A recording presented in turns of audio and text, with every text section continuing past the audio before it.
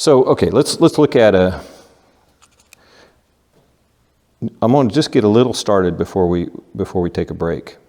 So, moral evil is usually the one people have the most trouble with.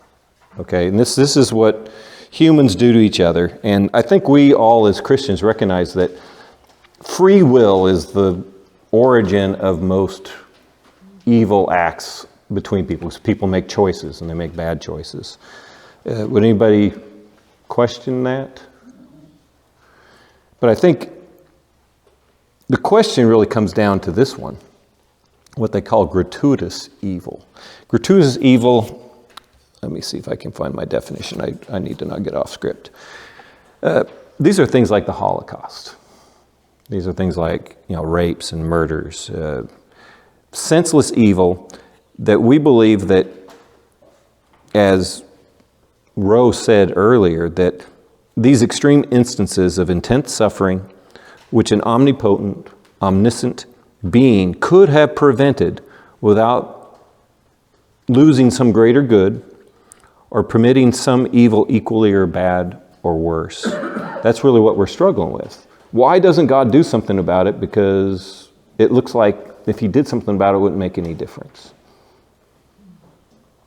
Let's hold on to that and take a break, and then we'll come back and pick up there in a few minutes. Okay, so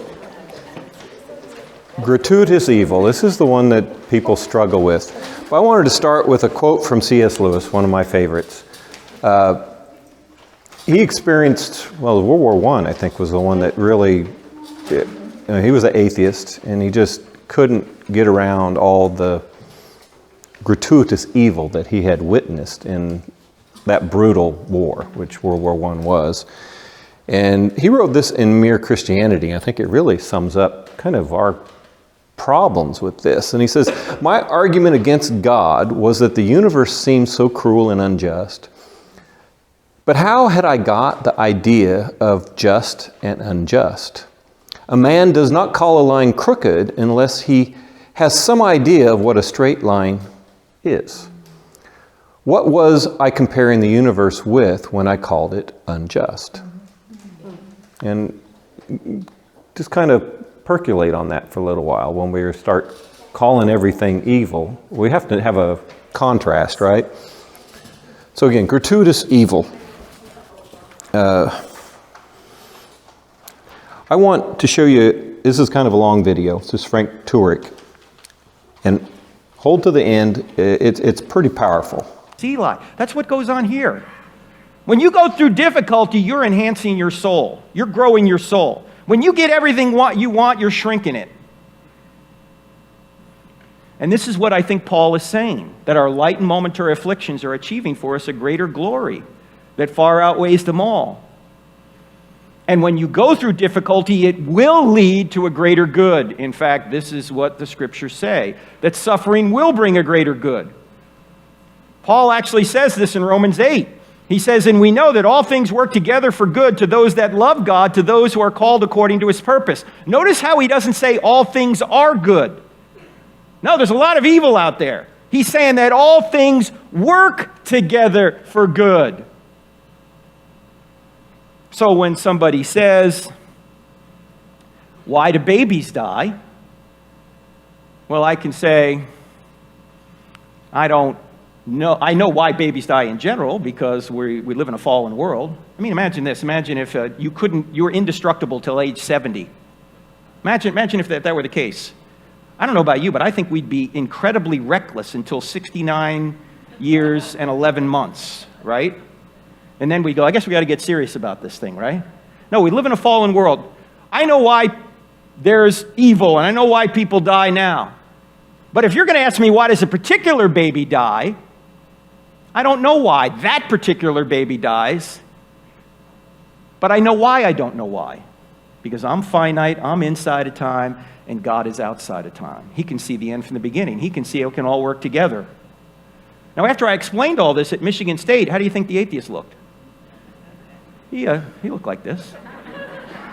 He said, "That doesn't explain it all. Okay, I can see how some evil can lead to good. But there's some evil out there that has absolutely no good that results from it. It's what philosophers call gratuitous evil. There's no good that can ever come from it. So I said, sir, how could you know that? You'd have to be God to know that. Now, it is true. If life just ends at the tomb, yeah, there's a lot of evil that probably has no ultimate good to it. There's no justice, right? There are many people that go to the grave who have committed crimes that have never been punished. Many rights are not wronged. There are many goods that never arrive, because if life ends at the grave, there's no resolution. But what if life doesn't end at the grave? What if it goes beyond the grave? Then what? This is what Paul's saying. We need to have an eternal perspective. I've been struggling with evil, the question of evil, for a long time, until I discovered one thing called the ripple effect. What's the ripple effect? That everything that happens today ripples forward into the future to affect billions, if not trillions, of other events. In fact, think of the ripple effect in your own life. I mean, let's just think about your parents. Your parents had to meet for you to be here. And then their parents had to meet for them to be here and you to be here. And then their parents had to meet. Think about all the ripples that went into you sitting here right now. Some of those ripples were good. Some of those ripples were bad. But God can bring good from evil even when we can't see it. Why does a particular baby die now? I don't know, but I know why I don't know why. Maybe a particular baby dying now ripples forward into the future to somehow create 500 years from now a great evangelist who saves millions of people. That baby dying contributed to that great evangelist. I can't see that. I'm inside of time, but God can see the end from the beginning. This is why he can bring good from evil even when we can't see it. This is the ripple effect. Now, the Bible talks about the ripple effect, but not in these words. In fact, you remember Joseph from the Old Testament? Joseph is sold into slavery by his brothers who don't like him because he's dad's favorite. And then he winds up in Egypt, and he's falsely accused in Egypt, but then somehow he works his way into prominence in Egypt, and he puts a lot of grain aside. And then his family, many years later, leave Israel to escape a famine. They come to Egypt to escape the famine, and as soon as Joseph sees them, as soon as he recognizes them, these are the people, his family, that sold him into slavery, what does he say? You dirty rats, you're going to pay for what you did to me. No, he doesn't say that. What does he say? Here's what he says. You intended to harm me, but God intended it for good to accomplish what is now being done, the saving of many lives. He could actually see the ripple effect. The very people that did evil to Joseph, that evil rippled forward to help them later. Now, of course, we don't do evil so that evil or good will result, but sometimes God shows that to us. Showed it to us in this passage right here. So the bottom line to the whole thing is that while respecting free choice, God can bring good from evil, even when we can't see it. Now, when people often bring up this problem of God and evil, they normally say this, that God is all-loving and all-powerful. If he's all-loving and all-powerful, why does evil still exist? What they say is, he's either not all-loving, or he's not all-powerful, or he's neither, because evil still exists. But you know what people are forgetting when they try and say this? Yeah, God is all-loving. Yeah, God is all-powerful. They also forget that God is all-wise, that God is all-knowing. He can see the end from the beginning. He can see how all the ripples come together. One of the most profound things ever said on this topic was said by a Roman Catholic priest about 150 years ago at Notre Dame in France, in Paris. And here's what he said about this issue. He said, if God would concede me his power for 24 hours, you would see how many changes I would make in the world. But if he gave me his wisdom too, I would leave things as they are. God knows the end from the beginning. We don't. Ripples can go forward to places we have no concept of. So when something evil takes place and you go, I can't see any good coming from this. Of course you can't see any good coming from it. You're a speck in time. God sees how it all works together. So I explained all that at Michigan State. We're still there. And then about 10 feet from the atheist, a man raised his hand. So I said, yes, sir. So he said, I know of a woman who was raped. And he looked over at the atheist, and he looked back at me, and he said, this rape nearly destroyed this woman. In fact, she became pregnant as a result of the rape. But she decided that she was not going to punish the baby for the sin of the father. She decided to bring this baby to term.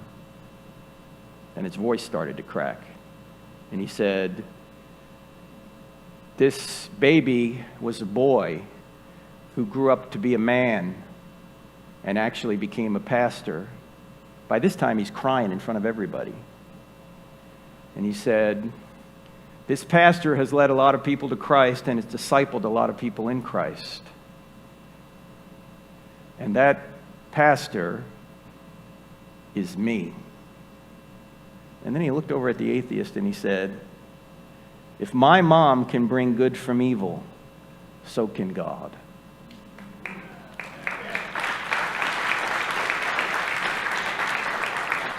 And I said, you're dismissed. I mean, how could I add to that? He had a better way of saying it than I did. There. What do you guys think of Frank's take? He's a lot more elegant than I am in speaking, but I thought it was a really powerful example of we don't always have a perspective. And what that preacher said, you know, if my mom can make good out of evil, then how much more God?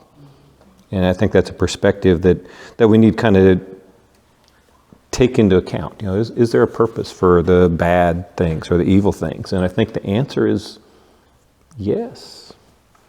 Now, do I understand it? No, I don't understand it. But I think we have to trust God and that there's a purpose. Because if we believe God is all the things we claim He is, then there has to be a purpose for those bad things. Why He allows it, I don't think we're going to know this side of heaven.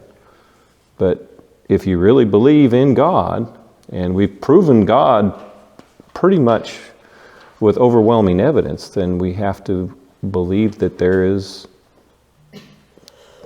a reason to why the world works the way it does. It is not necessarily comforting, but it is truthful. And there's no question in natural disasters, when you're in the middle, it's not very good for you. But one thing you see, and I'll use natural disaster as my example. What do you see happens most when something bad happens? Well, Christians usually show up. We get a chance to see a glimpse of what we were actually supposed to act like all the time. You know, helping your neighbor. You know, when 9/11 happened in the United States, the churches filled up. Why was that?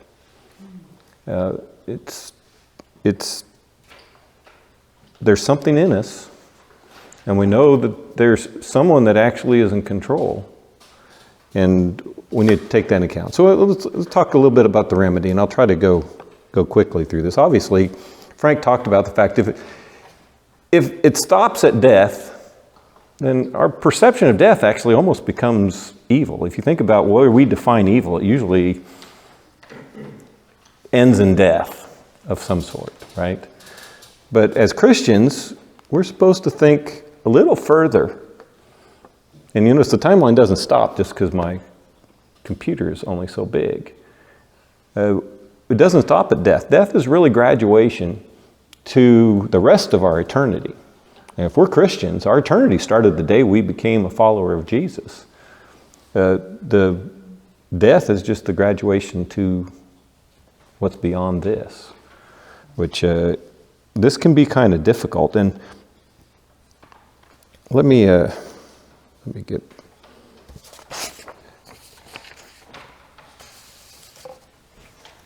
I'm going to share a scripture with you, and it's a Sermon on the Mount. Do not lay up for yourselves treasures on earth, where moth and rust destroy, or where thieves break in and steal. But lay up for yourselves treasures in heaven, where neither moth nor rust destroy, and neither thieves do not break in and steal. For where your treasure is, there your heart will be also. I'm sure all of you have heard this scripture, and I have to admit, most of my life I had no idea what this meant. It boggled me. I didn't understand what Jesus was trying to tell us, and you can't take anything with you, right? I mean, so what is the treasure I can actually lay up in heaven when I die? And in March of 2021, I got sick with COVID. And for 2 weeks, I was here at home. And I was sure I was going to kick COVID. And then I couldn't stand up anymore. And my wife convinced me, although I don't think I had much resistance, to go to the hospital by then. And when we went into what was probably one of the busiest emergency rooms in the country at the time, I was sick enough they took me immediately. Judy couldn't go with me because of COVID, and they put me in the COVID isolation ward. And for 3 days, I was gone. I mean, I was dead. I was sure I was dying. I was in and out of consciousness. There's a lot more to this story that I won't share with you, but during that time, I had a dream, a vision, whatever you might call it, and I felt like I was in a position where I could make a choice. And the choice I was given was to die and be with Jesus, or to recover and come back to my family. And it was a really easy choice for me. I said I was ready to die.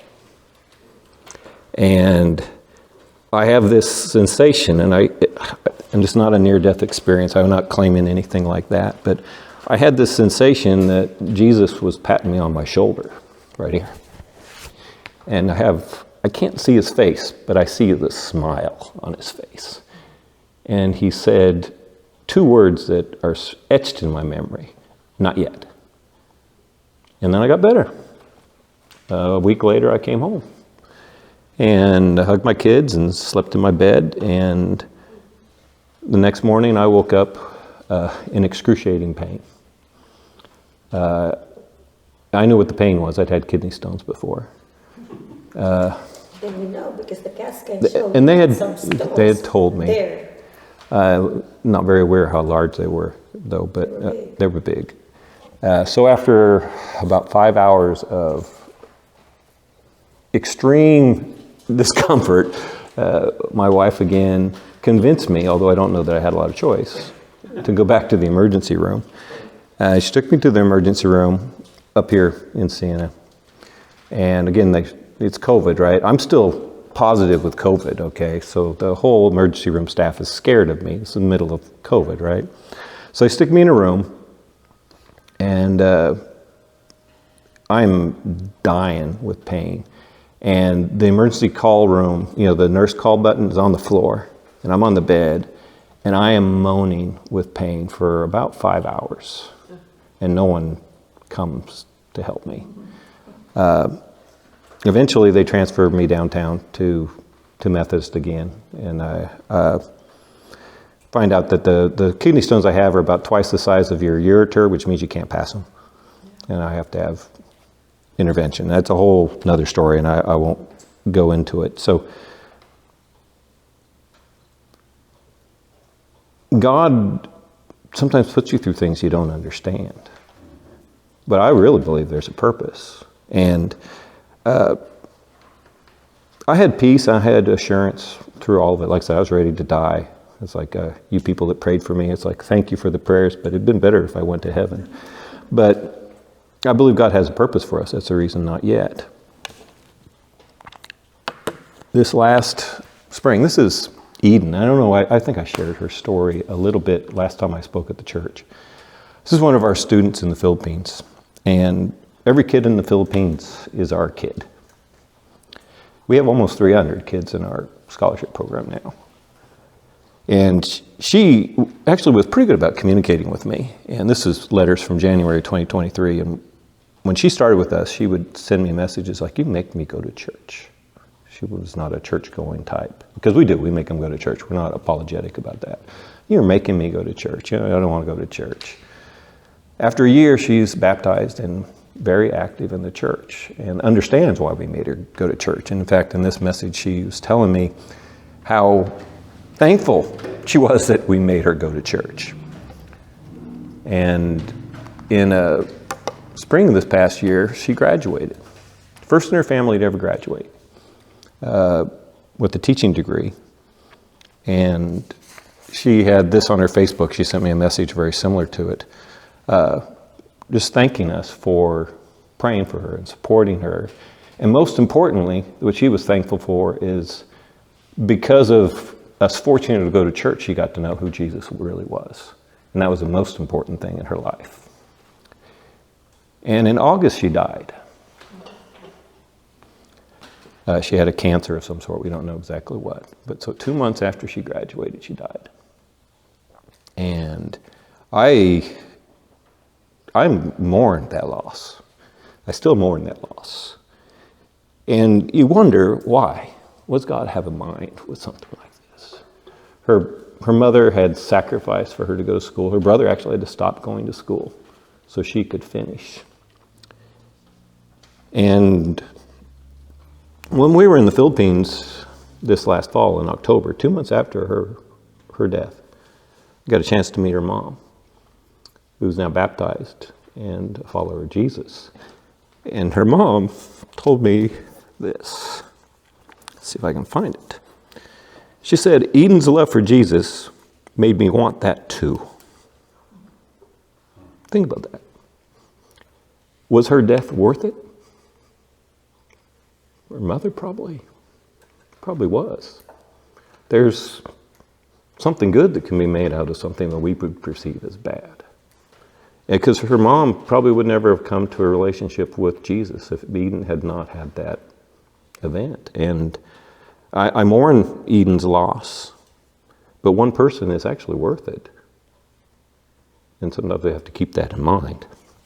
Death is not bad, no matter what the world wants to tell us. I can tell you, dying's not that bad. I was close, and I look forward to it, I'll be honest. That's going to be a good day, not a bad day. As a Christian, it's a graduation, and we need to remember that. So, evil is the absence of goodness. That's really what it is. Oh, and by the way, to connect with your said about Matthew, she's the treasure. Oh, yeah, sorry. This is what happens when I start crying. Those are the treasure that you take to heaven. Yeah, since I came back, I'm much more emotional. The inhibitions of life and being tough are all gone. It's one thing a near-death experience does for you.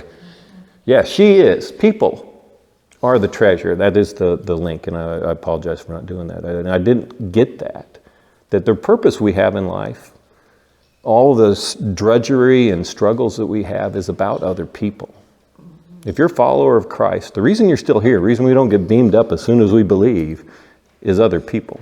And there's a reason we go through troubles in this life, because it tends to bring us to our knees and know that we need God. Again, evil is the absence of goodness. We kind of understand that. No evil without goodness, right? And goodness comes from God. That's actually our logical proof for God out of evil. It's not that there's evil does not disprove God. The fact that we perceive something as bad actually proves God.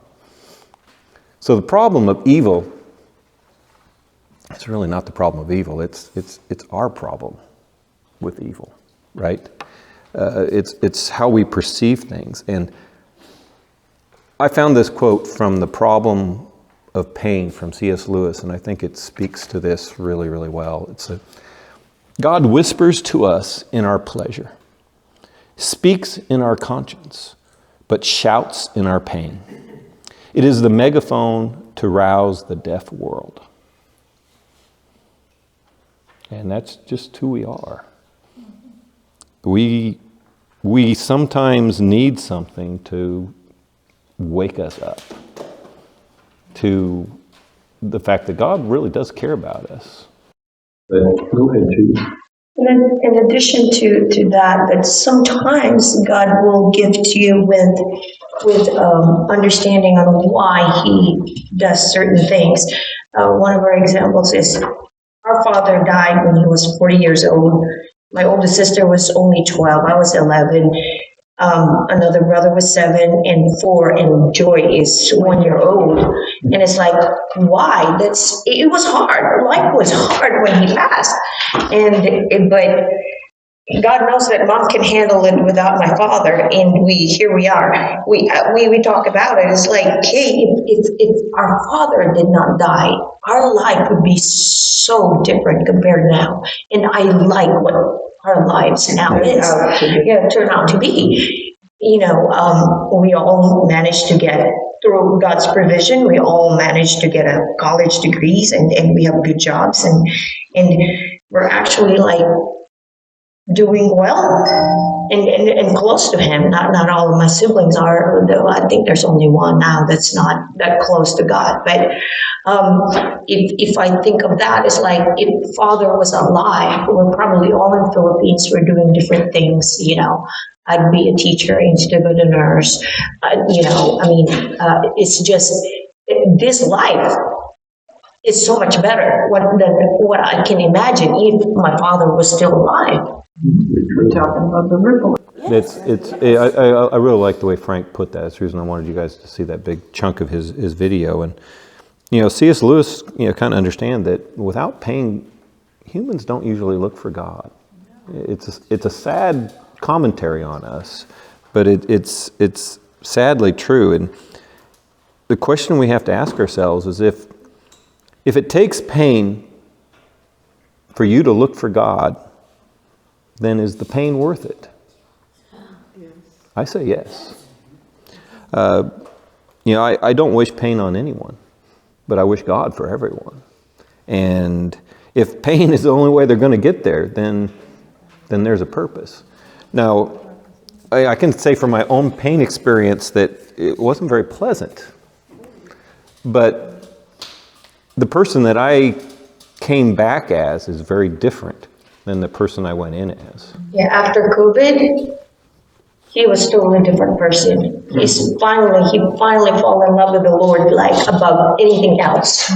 So he has to get sick with COVID and get kidney stone to be able to change. Yeah, it took a near-death experience and extreme pain for me.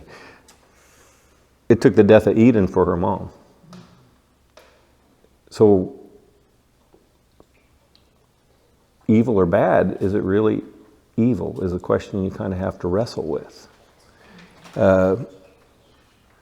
Natural disasters, okay, obviously they're bad when you're in it, but it's if it brings you to your knees and makes you search for God, there's a purpose. 9/11, horrific terrorist act intended for evil, but it actually caused a revival within the Christian churches. We didn't maintain it very well. So, yeah, God can use things that we perceive as bad, and I think it's really our problem with evil. And